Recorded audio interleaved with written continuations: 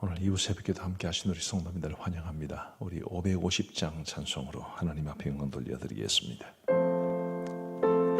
550장 찬송입니다.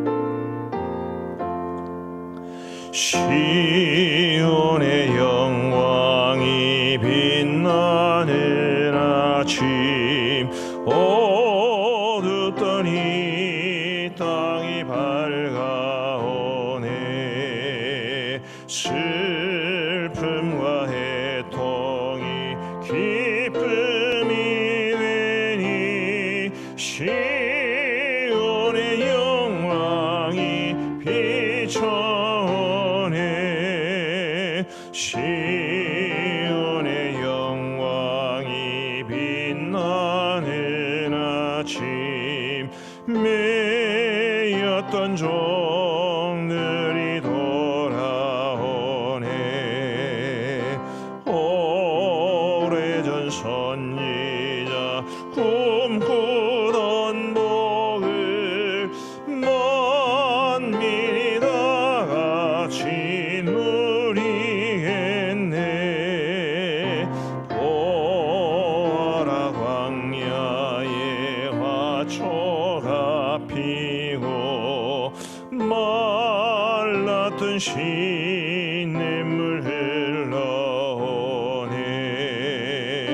이 산과 저 산이 마주쳐 울려 주 예수 은총을 찬송하네. 땅들아 바다야 많은 섬들아 찬양을 주님께 드리어라. 싸움과 죄악이 가득한 땅에 찬송이 하늘에 사무치네.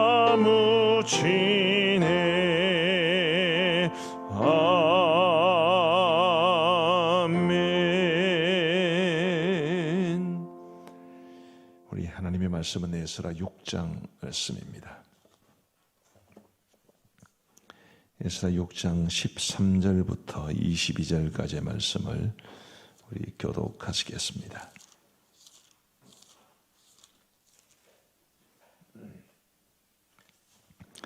에스라 6장 13절부터 22절까지의 말씀입니다. 제가 먼저 13절을 읽겠습니다. 다리오 왕의 조서가 내림에 유브라데 강 건너편 총독 다뜨네와 스달보스네와 그들의 동관들이 신속히 준행하니라. 유다 사람의 장로들이 선지자 학개와 이또의 손자 스갈의 권면을 따랐으므로 성전 건축하는 일이 형통한지라. 이스라엘 하나님의 명령과 바사왕 고레스와 다리오와 아닥사스다의 조서를 따라 성전을 건축하며 일을 끝내되 다리오 왕 제6년 아달을 3일에 성전 일을 끝내니라.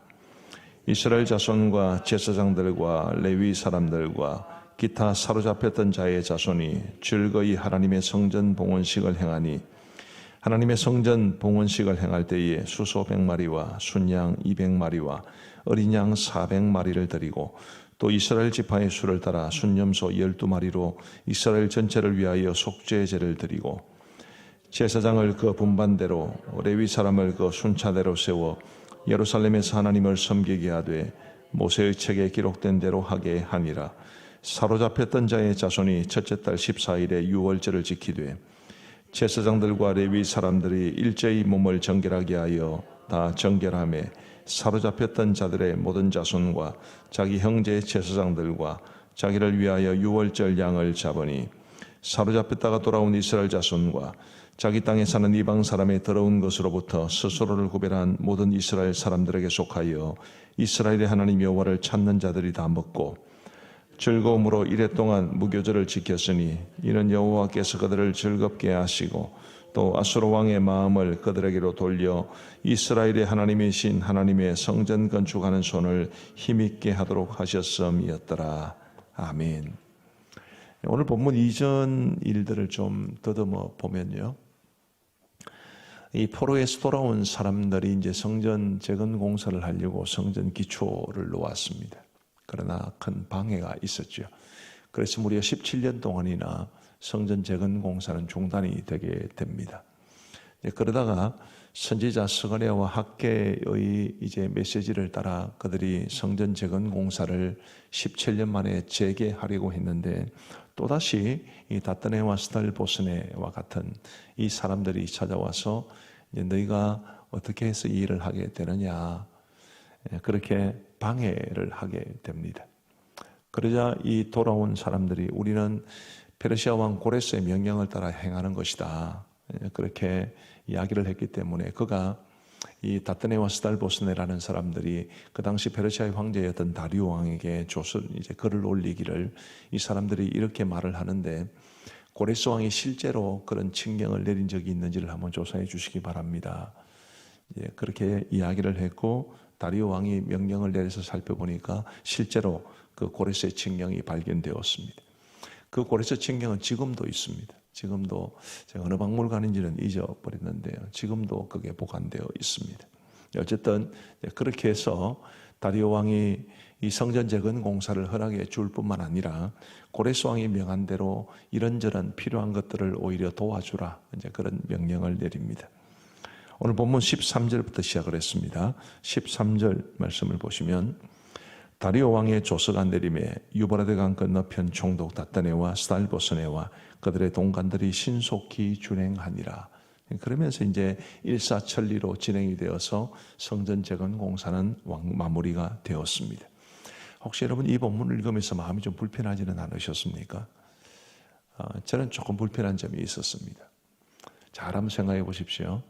페르시아의 황제 고레스가 칙령을 내리면서 성전 재건 공사를 위해서 사람들이 돌아오게 되고, 또 아닥사스다의 명령을 따라서 이제 성전 재건 공사가 중단되기도 하고, 다리오 왕이 내린 조서를 따라 성전 재건 공사가 새로 재개되기도 하고, 이 하나님의 성전을 건축하는 이 거룩한 일들이 페르시아 황제들의 명령에 따라서 되기도 하고 안 되기도 하고, 혹시 이런 점들이 좀 불편하게 다가오지 않으셨습니까? 저는 굉장히 불편했습니다. 우리 하나님께서 명하신 일들을 하는데 왜 세상의 황제들의 명에 의해서 될 때도 있고 안 될 때도 있는가? 거룩한 일들이 세상의 권력자들에 의해서 이리저리 휘둘릴 수 있는가라는 그런 점들 때문에 마음이 좀 불편했습니다. 그런 데 대해서 별로 마음이 불편하지 않으신 분들은 설교를 안 들어도 되겠습니다. 굉장히 중요한 포인트이기 때문에 그렇습니다. 자, 겉으로 보면 분명히 그렇게 보입니다. 오늘 본문 14절 말씀을 보시면요, 한번 띄워주십시오. 14절 말씀에 보시면 밑에서 두 번째 줄, 바사왕 고레스와 다리오와 아닥사스다의 조서를 따라 성전을 건축하며, 눈이 잘 안 보입니다, 일을 끝내되, 분명히 그렇게 이야기를 하고 있죠. 그런데 그것 전에 뭐라고 말을 합니까? 유다 사람의 장로들이 선지자 학개와 이또의 손자 스가랴의 권면을 따랐으므로 성전 건축하는 일이 형통한지라. 분명히 두 가지 요소가 다 있었다고 말은 합니다. 페르시아 황제들의 조서도 있었고 선지자들의 명령을 따른 것도 있었고, 우선순위는요, 선지자들의 명령을 따른 것이 우선이었습니다. 겉으로 보기에는 페르시아 황제들의 조서를 따라서 일이 진행된 것 같지만 실상은 그들이 하나님께서 보내신 선지자의 말씀을 따랐기 때문에 이 일이 가능했다라고 성경은 말하고 있는 것입니다. 또 한 가지 더 있습니다. 이때 언급되는 스가랴 선지자의 글이 우리 구약 성경 스가랴서에 기록되어 있습니다. 스가랴서 4장에 보시면 우리 4장 6절을 같이 한번 읽어보시겠습니다. 스가랴 4장 6절, 자 시작. 그가 내게 대답하여 이르되 여호와께서 스룹바벨에게 하신 말씀이 이러하니라. 만군의 여호와께서 말씀하시되 이는 힘으로 되지 아니하며 능력으로 되지 아니하고 오직 나의 영으로 되느니라. 아멘. 이는 성전 건축일입니다. 이는 힘으로 되지 아니하며 능력으로 되지 아니하고 오직 하나님의 영으로 되느니라. 하나님의 성전을 이제 재건하는 그 공사를 가능하게 한 것은 힘도 아니요, 능도 아니요, 페르시아 왕들의 조서도 아니요, 성령께서 행하신 일이었습니다. 성령께서 역사하셔서 페르시아 황제들의 마음도 움직이시고 또 그 전체적인 상황도 하나님께서 통제하셨다는 것을 우리는 알 수 있습니다. 우리가 이 세상을 살면서 우리는 세상적인 것들로부터 영향을 많이 받는 것처럼 보입니다. 개인적으로도 돈이라든지 돈과 관련된 많은 것들, 직장 혹은 우리 자녀들 같으면 공부 이런 것들 결국 다 더듬어 가보면 돈과 연결된 것들이죠. 교회도 세상으로부터 많은 영향을 받는 것 같습니다. 코로나가 처음 시작할 때 행정명령도 떨어지고 여러 가지 많은 그런 일들이 있었습니다. 그러나 우리가 분명히 기억해야 될 것은 그런 세상적인 것들을 우리가 가볍게 보아서는 안 되지만 늘 우리 그리스도인의 삶과 교회에는 더 근본적인 것이 있다는 것을 우리는 기억해야 합니다. 그게 바로 성령께서 하시는 일이고 그리고 그게 바로 하나님의 말씀을 따라 살아가는 길입니다. 그러면 우리 그리스도인들과 또 교회가 이 세상 속에서 어떻게 무엇을 붙잡고 살아가야 할지가 눈에 분명히 보이지 않습니까? 우리에게 돈도 중요하고 이 세상에 이 사회 정부나 혹은 정치권의 결정 같은 것도 중요하지만 가장 중요하고 가장 본질적인 것은 말씀과 기도입니다. 하나님의 말씀을 따라 살아가려고 몸부림치는 것, 또 기도함으로써 성령의 능력을 우리의 것으로 삼고 살아가려고 하는 그것이 우리 교회와 그리스도인들에게 가장 중요하고 가장 본질적인 것임을 저와 여러분들이 꼭 기억할 수 있게 되기를 간절히 바랍니다. 두 번째로 우리가 살펴볼 것은 우리 17절 말씀을 한번 보십시다. 우리 17절은 이렇게 말합니다.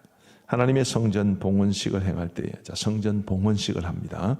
수소 100마리와 순양 200마리와 어린 양 400마리를 드리고 또 이스라엘 지파의 수를 따라 순염소 12마리로 이스라엘 전체를 위하여 속죄제를 드리고 성전 봉헌식을 하면서 우리 하나님 앞에 드린 제물이 소가 몇 마리요?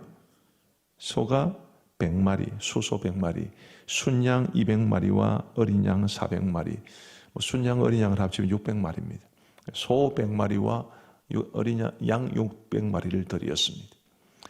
솔로몬이 첫 번째 성전을 건축하고 하나님 앞에 봉헌할 때 하나님 앞에 제물로 드린 것은 소가 12,000마리였고 양이 20여만 마리였습니다.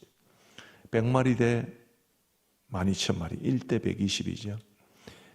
양 600마리와 양 20여만 마리. 저의 이 짧은 머리로서는 계산이 잘 안 됩니다. 600대 22만은 몇 대 몇이나 될까요? 엄청난 차이지 않습니까? 말하자면 이 두 번째 성전 건축의 봉헌식은 굉장히 초라했습니다. 이 두 번째 성전 이 봉헌식만 초라한 것이 아니라 원래 초라했죠.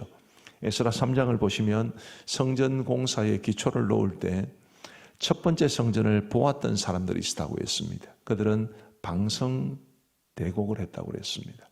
통곡했다고 그랬습니다. 왜냐하면 첫 번째 성전에 비해서 두 번째 성전이 너무 규모가 작고 초라했기 때문입니다. 성전 자체도 초라했고 성전 봉헌식도 초라했지요. 물론 이해는 됩니다. 왜 그렇습니까? 포로에서 돌아온 사람들이 뭐 그리 가진 것이 많았겠습니까? 근데 솔로몬 시대는 이스라엘 역사상 가장 물질적으로 풍요로운 시대였기 때문에 그 차이를 우리가 가늠해야 합니다. 근데 어쨌든 초라하기는 초라한데 그런데 놀랍게도 학개서 2장 9절에는 이런 말씀이 기록되어 있습니다. 학개서 2장 9절을 보시면 이 성전의 나중 영광이 이전 영광보다 크리라. 이전 영광은 솔로몬 성전의 영광을 말합니다. 지금 이 성전의 지금 현재가 아니로 나중 영광이 그 이전에 솔로몬 성전의 영광보다 더 크게 될 것이다 라고 말합니다. 이해가 되십니까? 규모가 우리 흔히 하는 말로 잽이 안 됩니다. 성전 봉헌식 규모만 하더라도 100분의 1 정도로 쪼그라들었습니다. 그런데도 이 성전의 나중 영광이 그 이전의 솔로몬 성전의 영광보다 더 크리라. 뭘 말해주나요? 하나님의 성전도 교회도 규모나 화려함으로 논할 것이 아닙니다. 얼마나 하나님이 기뻐하시는 교회가 되는가? 얼마나 말씀과 기도에 전념하면서 하나님께서 교회에 부여하신 본질을 부여잡고 사는가. 그리고 얼마나 교회가 하나님이 기뻐하시는 일을 위해서 최선을 다해 충성하고 헌신하는가. 이게 교회의 영광이지. 솔로몬 성전처럼 크고 화려하고 황금빛으로 가득하고 그것이 교회의 영광이 아닙니다. 우리가 암정교회도 창원에서는 꽤 좋은 예배당을 가지고 있습니다만 이게 교회의 영광이 아닙니다. 교회의 영광은 우리 교회와 우리 성도들이 하나님을 붙잡고 믿음으로 살아가고 하나님이 기뻐하시는 일을 행하고 우리 하나님이 원하시는 것이라면 우리의 모든 것을 다 드려 헌신할 수 있는 그게 교회의 영광이고 그게 성도의 영광입니다. 우리 가암정교회는 외적으로 드러나는 것들이 중요하지 않은 것은 아니죠. 우리 가정에서 보더라도 가족이 중요하기는 하지만 집도 중요합니다. 그러나 뭐가 더 중요하냐 이 말이지. 교회는 하나님의 교회여야지. 하나님이 기뻐하시는 모습으로 가득 찬 교회여야 합니다. 우리 교회는 말씀과 기도 그리고 주의 사랑 그리고 하나님이 기뻐하시는 일을 위한 헌신 이런 것들이 가득해서 정말 영광스러운 우리 하나님 바라보시기에 영광스러운 복된 교회가 될 수 있기를 간절히 소원합니다. 19절부터 22절까지에는 유월절과 무교절을 지켰다는 기록이 있습니다. 유월절과 무교절을 지킨 것 대수롭지 않게 여겨질 수 있습니다. 왜냐하면 때가 되어서 유월절 아무나 하는 게 아니거든요. 유월절을 지키는 때가 있고 무교절을 지키는 때가 있으니까 그냥 때가 되었으니까 지켰다 이렇게도 생각할 수 있습니다만은 그러나 성경이 이 유월절과 무교절을 특별하게 언급하는 데는 그만한 이유가 있습니다. 유월절은 뭔가요? 이스라엘 백성들에게 있어서 유월절은 일종의 광복절이었습니다. 애굽의 종노릇하던 그들이 이 하나님께서 애굽에 10가지 재앙을 내리셨는데 마지막 10번째 재앙이 장자의 죽음이었고 그 장자의 죽음이라는 재앙에서 이스라엘의 장자들을 보존하기 위해서 이스라엘 사람들의 집에는 양의 피로 그 문설주와 인방에 바르게 하심으로써 죽음의 사자가 넘어가지 않았습니까? 그 사건으로 애굽의 왕 바로가 완전히 KO되고 그리고 이스라엘 백성들이 그 땅을 나올 수 있었다는 점에서 광복절과 같습니다. 민족의 광복절뿐만 아니라 이스라엘 백성들 한 가정 한 가정, 특별히 장자의 입장에서 보면 죽을 뻔한 생명이 살아난 것이기 때문에 유월절은 한마디로 말하면 구원을 가리킵니다. 이스라엘 백성들은 이 유월절을 지킬 때마다 하나님께서 우리를 구원해 내셨다. 애굽에서도 구원해 내셨고 죽음의 사자에게서도 구원해 내셨다. 그것을 그들은 끊임없이 생각하며 살아야 했습니다. 오늘 우리에게도 그게 필요한 거지. 구원의 은혜에 대한 기쁨과 감격. 그것이 우리에게는 참으로 중요합니다. 하나님의 축복받는 것도 중요하고 다 중요하지만 그러나 가장 근본적으로 우리에게 하나님이 부어주신 놀라운 구원의 은혜. 이 구원의 은혜를 늘 기억하며 살라고 우리 하나님께서는 구약 성경에서 어려울 때마다 혹은 역사의 전환기 때마다 이 유월절을 지키게 하셨습니다. 히스기야 시대도 그랬고 요시야 시대도 그랬고 그리고 지금 이 시대에도 그렇습니다. 우리 사랑하는 성도 여러분, 저와 여러분들이 구원받아 하나님의 자녀로 살아가게 된 것, 그 사실로 인한 기쁨과 감사와 감격이 늘 넘쳐날 수 있게 되기를 간절히 소원합니다. 그 무교절은 뭔가요? 유월절은 원래 하루입니다. 이 하루인 유월절 뒤에 이어서 일주일간의 무교절이 이어집니다. 무교절은 무교병을 먹는다 해서 무교절입니다. 이 교자는 그 누룩 교자를 뜻하지. 무교병이라는 것은 누룩을 넣지 않고 구운 떡을 말합니다. 우리로 치면 이제 그 효모라고 그러냐요. 효모를 넣고 이제 밀가루를 부풀게 한 다음에 찐빵 같은 거 지지 않습니까? 근데 그렇게 하지 않고 그냥 밀가루로 바로 찐빵을 만들면 그 얼마나 딱딱할지 상상해 보시면 됩니다. 무교병이 그런 것입니다. 왜 무교병을 먹습니까? 구약 성경에서 누룩은 죄를 상징적으로 가리킵니다. 무교병이라는 것은 무교병을 먹는 무교절이라는 것은 우리가 죄를 멀리하는 삶을 살겠습니다. 6월절 하루에 이어서 일주일에 무교절이 이어진다고 그랬는데 내가 구원받은 하나님의 자녀이기 때문에 이 세상의 죄에 물들지 않고 거룩하고 정결하게 살겠습니다. 그를 다짐하는 것이 무교절입니다. 오늘 본문 21절 말씀에 보시면 이스라엘 자손을 가리키는 말이 이렇게 언급되어 있습니다. 사로잡혔다가 돌아온 이스라엘 자손과 그 다음에 자기 땅에 사는 이방 사람의 더러운 것으로부터 스스로를 구별한 모든 이스라엘 사람들에게, 그 이스라엘 인근의 여러 이방 세력들의 더러운 것으로부터 스스로를 구별한 이스라엘 백성들, 그것과 무교절은 굉장히 깊은 의미가 있는 것입니다. 우리 사랑하는 성도 여러분, 우리가 세상에서 살아가면서 세상에 물들지 않는 것은 쉬운 일은 아니지만 그래도 우리는 세상의 흐름이나 혹은 가치나 혹은 문화나 혹은 흐름에 따라 살아가는 사람들이 아니라 하나님 앞에서 거룩하고 정결하게 살아가야 하는 사람들임을 꼭 기억하시기를 바랍니다. 유월절과 무교절은 우리가 더 이상 지키지는 않지만 예수 그리스도 안에서 다 성취가 되었기 때문에 더 이상 지키지는 않지만 늘 우리의 심령에 새기고 살아가야 할 절기가 아닐 수 없습니다. 구원의 은혜에 대한 감격, 구원받은 사람이기 때문에 거룩하게 살아가야 한다는 결단, 이것이 오늘 저와 여러분들의 삶 속에 있게 되기를 간절히 바랍니다. 기도하겠습니다. 우리 하나님 아버지 감사합니다. 오늘 이 새벽에도 저희가 우리 하나님 앞에 새벽 제단 쌓을 수 있도록 인도하여 주신 것을 진심으로 감사합니다. 주신 말씀 기억하며 살게 하여 주옵소서. 아버지 하나님, 우리 각자도 교회도 이 세상의 것들로부터 영향을 받지 않을 수 없으나 그래도 우리가 하나님의 말씀과 성령의 인도하심 가운데, 성령의 능력 가운데 살아가는 것이 우리 그리스도인의 삶의 본질이요 교회의 본질임을 기억하게 하여 주옵소서. 그리고 정말 말씀과 기도 가운데 우리 성령 하나님의 능력을 경험하며 살아갈 수 있도록 은혜를 베풀어 주옵소서. 하나님 아버지, 우리 성도의 영광, 우리 교회의 영광은 성도와 교회로서의 본질을 추구하는 것임을 기억하게 하여 주옵시고, 어쩌면 우리의 삶이 외적으로 보면 세상적으로 별로 볼 것 없고 내세울 것 없을지 모르지만 우리 하나님의 사랑과 우리가 하나님의 사람이라는 거룩한 정체성 속에 살아가려는 우리의 거룩한 삶의 본질이 곧 우리가 붙잡아야 할 것임을 기억하게 하여 주옵소서.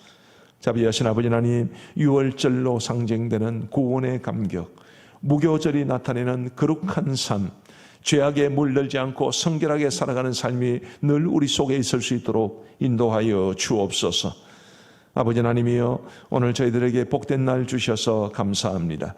아버지 하나님, 하루를 살아가는 동안 우리는 주님 위에 살게 하시고 주님께서는 우리를 위하여 역사하여 주옵소서. 아버지 하나님이여, 우리의 삶이 하나님의 기쁨이 되기를 바라오며 오늘도 우리가 수많은 사람들을 만나게 될 텐데 한 사람에게라도 더 그리스도의 사랑을 보여주고 한 사람에게라도 더 친절을 베풀고 한 사람에게라도 더 웃어줄 수 있는 우리가 되게 하여 주옵소서. 그리스도인으로서의 선한 영향을 끼치며 살아갈 수 있도록 우리 아버지 하나님께서 우리를 붙잡아 주옵소서. 아버지 하나님, 우리 교회가 하나님의 기쁨이 되는 교회, 우리 성도들에게는 자랑거리가 되는 교회가 되게 하여 주옵시고 우리 교회를 지켜보는 수많은 사람들에게는 칭송받는 교회가 되어서 우리 하나님 앞에 영광 돌려드리게 하여 주옵소서. 아버지 하나님이여, 교회 곳곳에서 교회를 섬기시는 분들이 많이 있습니다. 카페에서 섬기시는 분들, 일주일에 1시간을 중보기도자로 헌신하여 기도의 골방에서 기도하시는 중보기도 헌신자들, 그 외에도 알게 모르게 교회를 곳곳 돌아보면서 청소하시는 분들, 아버지 하나님이여, 목장을 돌아보면서 목장 식구들을 사랑으로 권면하시는 분들, 안부를 묻는 분들, 이 모든 분들에게 주님께서 은혜를 베풀어 주시고 주님께서 교회를 위해서 귀하게 섬기는 그들에게 한없는 은혜와 복으로 채워 주옵소서. 자비하신 아버지 하나님, 간절히 원하옵기는 우리 선교사님들을 기억하여 주시기를 간절히 원합니다. 우리 원로 목사님 가정을 비롯한 모든 파송 선교사님들, 또 모든 협력 선교사님들을 지켜주시고 국내에 있는 우리 협력 교회들과 기관들도 지켜주셔서 이 어려운 때에 하나님의 은혜를 의지하여 주어진 사명의 길을 잘 걸어갈 수 있도록 도와주시고 맡겨주신 귀한 사명 충성봉사하면서 잘 감당할 수 있도록 은혜를 베풀어 주옵소서. 이 나라 이 민족을 지켜주시기를 간절히 원합니다. 아버지 하나님이여 남과 북의 평화로운 통일이 속히 이루어지게 하여 주셔서 저 악한 정권 아래에서 신음하는 우리의 북한 동포들도 우리처럼 자유롭게 하나님을 예배할 수 있는 그날이 속히 오게 하여 주옵소서. 경제적으로도 또 기후와 관련되어서도 근래에 여러 가지 어려운 소식들을 많이 듣습니다. 주님의 이 나라를 긍휼히 여겨 주시옵고 특별히 어렵게 경제적으로 살아가고 있는 분들을 더 주님께서 돌보아 주셔서 이 어려움의 때를 속히 면할 수 있도록 인도하여 주옵소서. 오늘 수요 기도회에 함께 하시고 우리가 모일 수 있을 때 모이고 하나님 앞에 찬양하고 기도하고 말씀을 들으며 은혜를 누릴 수 있도록 그리고 하나님 앞에 영광 돌려드릴 수 있도록 인도하여 주옵소서. 이제 우리가 개인적으로 기도하는 시간을 갖겠습니다. 우리의 기도에 귀 기울여 응답해 주시기를 간절히 원하옵고 예수님 이름으로 기도하옵나이다. 아멘. 이제 우리 개인적으로 기도하시겠습니다.